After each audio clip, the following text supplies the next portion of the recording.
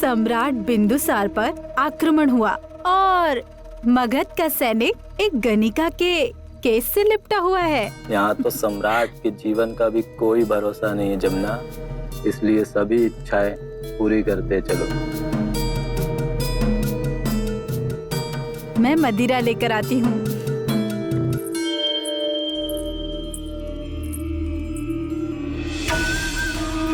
ओए माँ, ये चिन्ह काफी आकर्षक लगता है तुम्हारा। मेरे भी कांधे पर बनवा दो ना।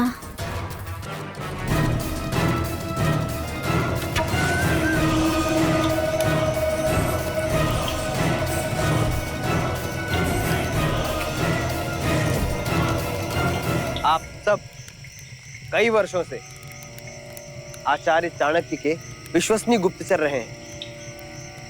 मैं आप सबका आभारी कि इतने वर्षों के पश्चात भी आप सब लोग यहाँ इतने कम समय में एकत्रित हो गए। एक समाचार है, आचार्य चाणक्य के संबंध में।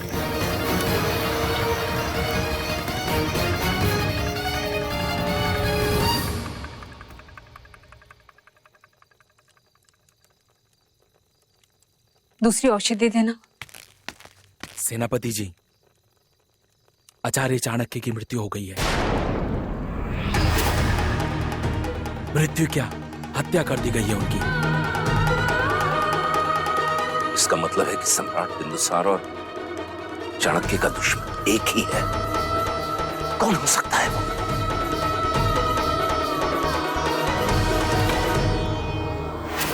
वो बच्चा? शायद वो बच्चा कुछ बता सके। इससे पहले कि कल सुबह उसे मौत की सजा सुना दी जाए, मुझे आज उससे ये राज उगलवाना है। सुनो, तुम्हें सम्राट बिंदुसार को जिंदा रखना है।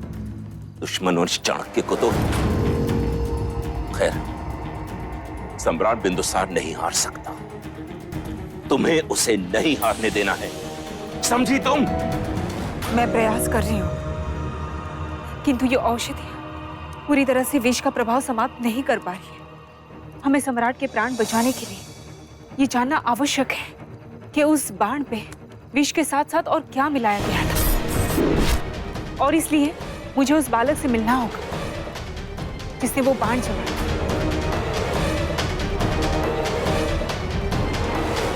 ठीक है।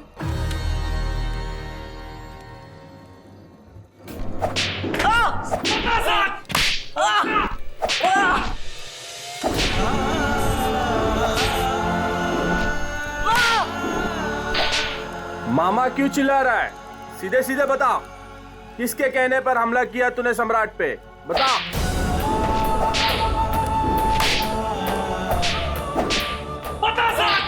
मैंने कहा ना, मैंने कोई बार नहीं चलाया।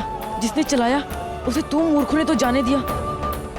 ऐसे मूर्ख होंगे तो मगध का भला कैसे होगा? तेरी मर्जी, तू कोड़ों की मार खाकर ही मरना चाहता है तो ये ले। बोल सत्य। सत्य ही तो कह रहा हूँ। मैं अपनी माँ से मिलने आया था। आचार्य चाणक्य ने उन्हें बंदी बना रखा है। आचार्य चाणक्य को बुलाइए, सब कुछ स्पष्ट हो जाएगा।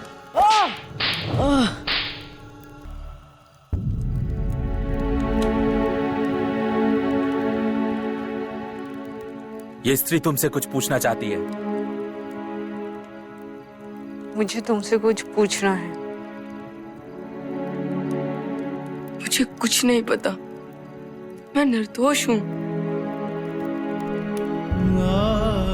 मुझे इससे एकांत में पूछताछ करनी होगी। किंतु हम यहाँ से नहीं जा सकते। समय कम है, मैं कुछ नहीं कर पाऊंगी अगर मुझे इसके साथ अकेला नहीं छोड़ा।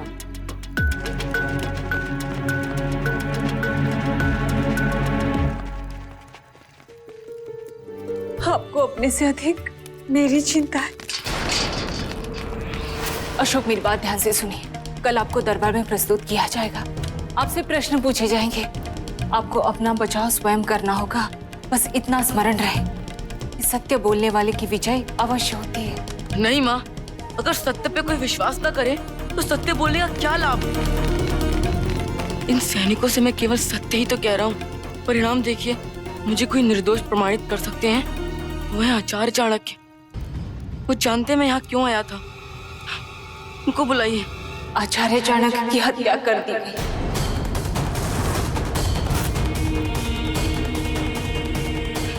ऐसे में आप सबको बता दीजिए कि आचार्य चाणक्य ने बंदी बनाया आपको, और आपको ढूंढते ढूंढते मैं यहाँ तक आया हूँ। बता दीजिए कि मैं हत्यारा नहीं हूँ। बता दीजिए कि सम्राट बिंदुसार से मेरा कोई रिश्ता नहीं है, कोई रिश्ता नहीं है, कोई रिश्ता नहीं है, कोई रिश्ता नहीं है।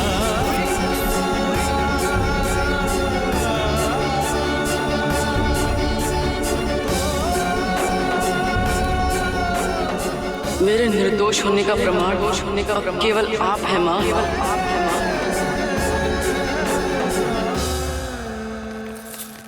अशोक, मेरी बात ध्यान से सुनिए। आप अपने बारे में किसी से कुछ मत कहना। आप कौन हैं, आप कहाँ से आए हैं, और किसी को ये भी पता नहीं चलना चाहिए कि आप मेरे पुत्र हैं। अभी तो आपने कहा सत्य बोलने के लिए। अशोक, सत्य को छुपाना असत्य नहीं होता। किंतु क्यों? क्या हो रहा है माँ? आप इस वेशभूषा में क्यों हैं? अशोक, ये उचित समय नहीं है समझाने का। जैसे मैंने कहा है, आप वैसे ही कीजिए। मुझे वचन दीजिए, वचन दीजिए कि आप किसी से कुछ नहीं कहेंगे। अशोक, वचन दीजिए। वचन देता हूँ माँ, वचन देता हूँ। धन्यवाद वैद्यराज। कहीं और जाता तो न जाने कितने प्रश्न पूछे जाते। कैसे हुआ, कब हुआ, कहाँ हुआ। परंतु ये चिन्ह कैसा है? आप ही बताइए, ये क्या है? कहीं यह चोट मेरे प्राण तो नहीं ले लेगी? चिंता की कोई बात नहीं।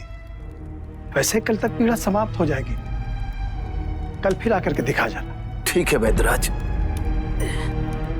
आपका बहुत बहुत धन्यवाद।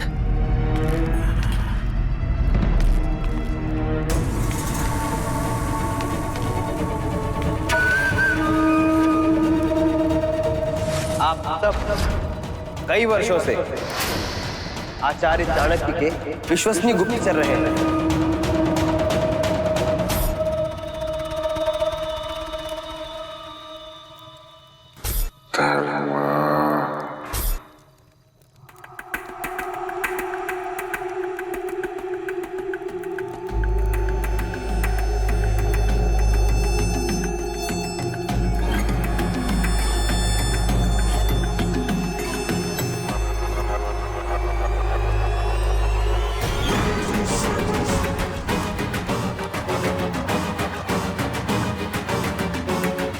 साल में आज तक कभी ऐसा नहीं हुआ कि रानी नूर ने जस्टिन को अपने पास नहीं आने दिया, और यहाँ तो देखने वाला भी कोई नहीं है।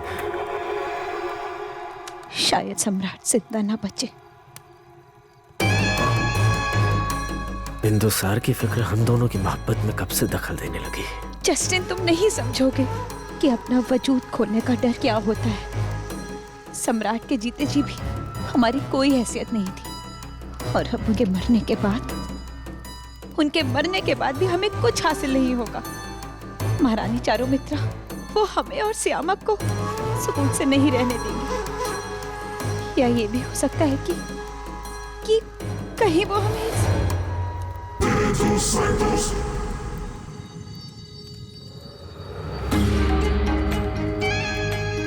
जस्टिन के रहते तुम्हें कोई छू भी नहीं सकता, ये बात याद रखना। और कहीं तुम बदल गए तो तुम्हारे इस दिल में जो हमारे लिए मोहब्बत है वो खत्म हो गई तो? 12 साल में ऐसा नहीं हुआ तो अब क्या होगा? कभी कभी हैरत होती है हमें अपनी किस्मत पर जस्टिन।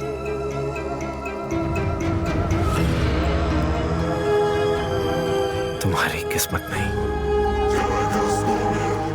ये बिंदुसार की बदकिस्मती है कि वो तुम्हें मोहब्बत नहीं कर पाया।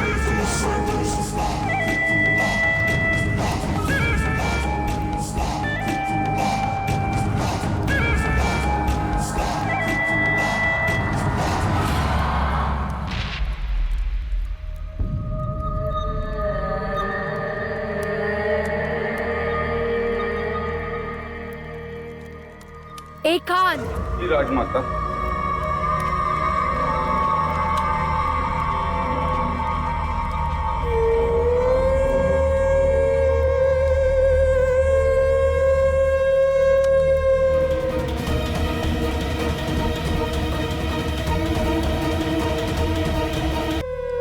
ये क्या हो गया मगध को? बालक भी हत्यारे बन गए हैं। मैं हत्यारा नहीं हूँ।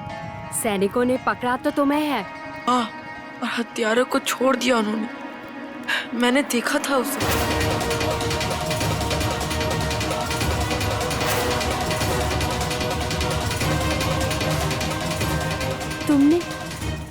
तुमने देखा था उसे? हाँ, मैं उसे पकड़ भी लेता यदि ये मूर्ख सैनिक मेरे बीच में ना आते। तुम पहचान सकते हो उसे? हजारों की भीड़ में भी। कल सभा में ये कह देना। मुझ पे कौन विश्वास करेगा? ये तो सच है, क्योंकि सब तुमको दोषी मानते हैं।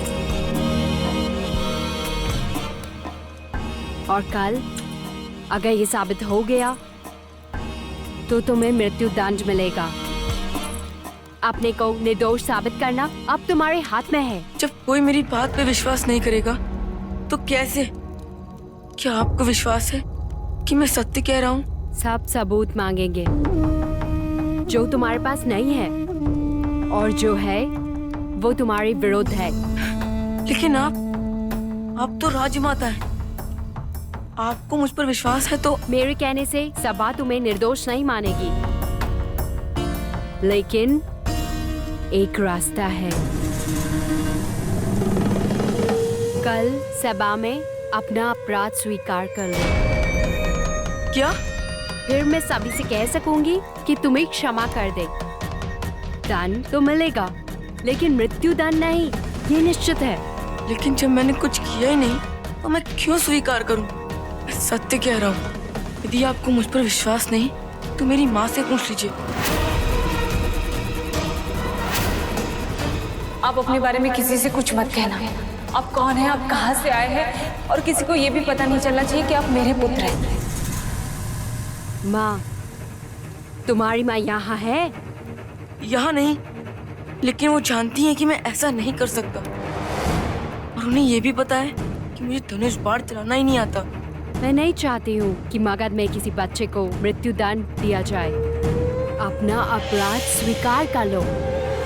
मृत्युदंड से मैं तुम्हें बचा लूंगी। इससे अधिक मैं तुम्हारे लिए और कुछ नहीं कर सकती, और तुम्हारे पास भी इसके अलावा और कोई रास्ता नहीं है। आखिर तुमने मगध के सम्राट बिंदुसार की हत्या करने का प्रयास किया है। पूरी रात है, सोच लो।